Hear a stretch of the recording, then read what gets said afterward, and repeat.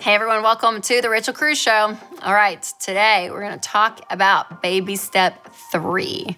Remember baby step 1, $1,000 emergency funds. Baby step 2 is pay off all of your debts but your mortgage. And then baby step 3 is save 3 to 6 months of expenses for your fully funded emergency funds.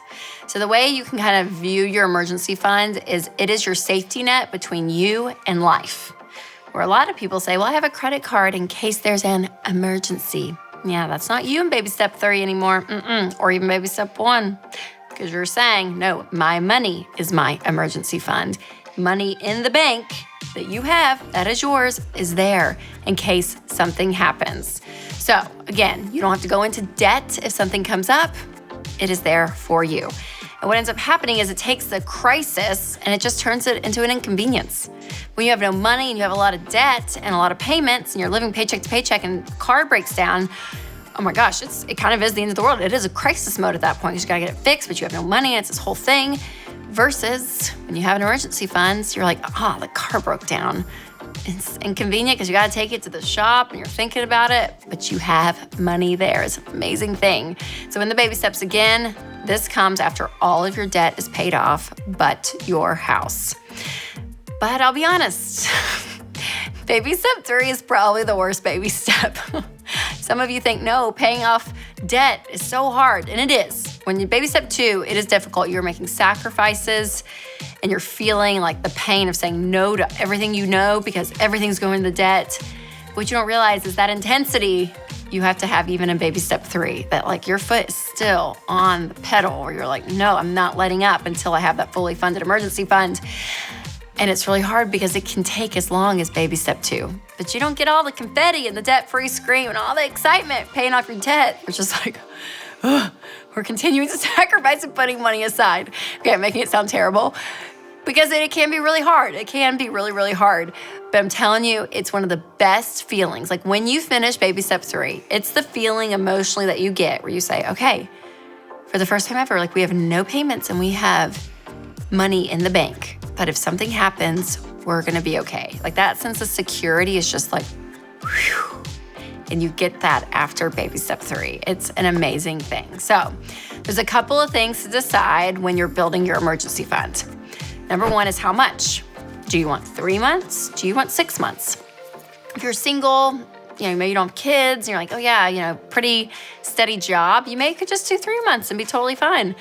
If you're on commission, you're in an industry that's like still shifting because of COVID, maybe you have kids and a family, and it's like, okay, a little bit more, you feel a little bit of that heaviness and that responsibility, maybe you go up to 6 months.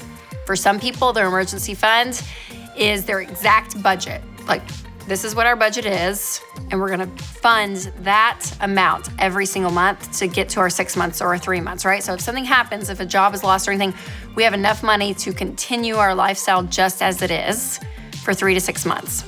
For other people, they're like, no, our emergency fund is just gonna consist of like the bare bones, just to make sure our food, shelter, utilities, transportation, that we can survive. And that's what they want. So again, it's family to family, however you look at it. Like for us, we're on the 6 month side of it. So I'm like, ooh. And we said we actually bumped up our emergency funds probably like 2 or 3 years ago because we looked at it and I was like, I wanna be in a place that yes, if something happens, we have 6 months where it's like, okay, we can still pay for the preschool and not worry about it. We can still, we can do the things we're doing and it doesn't change too much. And the reality is, if something big happens in your life, you probably will back off of your lifestyle naturally, which is probably very wise. But the amount of money, what you decide, again, bare bones or full budgets, whatever it is. If you're married, you guys need to agree on it. And when those decisions are made, then you can head towards funding that emergency fund. Now you have to also decide where you're going to keep this emergency fund. Could keep it in your sock drawer. Like you could if you wanted to. I wouldn't recommend it because it's kind of easy to get. So you want it accessible, but not too accessible. So you want to say, okay, let's have it in a bank or maybe, a money market account, a savings account. Look for something that is high yield, like a high yield savings account or a money market account. And this is a place that you can get to this money. And it's a place that you're making a little bit more than just a basic savings account, because if it's gonna be sitting there, you can make a little bit more money there, it's great. Just go ahead and do it. But you're not going to invest it. Remember, this is more like insurance. It's not an investment. So Winston and I, we have an online bank for our emergency fund because we have it completely separate than our checking. Like our checking account is at one bank that we have locally, and we use an online bank for our emergency fund. So it's like a totally different card, totally different bank. It is separate because out of me or Winston, who would be the one that's like, oh yeah, we could use some of our emergency fund? Probably be me. I'll be honest. So there's a big separation there, and it feels good because it's like, yes, that's there. It's a totally different thing. I don't even like to think about the emergency fund. I'm like, yep, it's not even there. Because again, I'm the spender, and I'd be the one that'd be tempted to spend it. Just being honest. But that's our emergency fund, and it really does help. It does. It's an amazing thing that happens when you know you have money in the bank. So if you are on baby step 3 and you have your fully funded emergency fund or beyond, let's talk about what an emergency actually is. So you want to ask yourself 3 questions. Number 1, is it urgent? Number 2, is it unexpected? And number 3, is it necessary? So some scenarios to go through. And I'll say this too, some of you on baby step 1, you got your $1,000 emergency fund. This counts too. So think about emergencies in life. So if your friend invites you to a spontaneous getaway for her 40th birthday, is that an emergency? No, not an emergency. I'm so sorry. Say your car breaks down. Is that an emergency? That's an emergency. Go open up that emergency fund. Your AC quits working mid-August. Emergency. Yeah, and if you're pregnant or your wife's pregnant, like double the emergency. Yep, get that thing fixed. Take that cash out of the bank, get it fixed.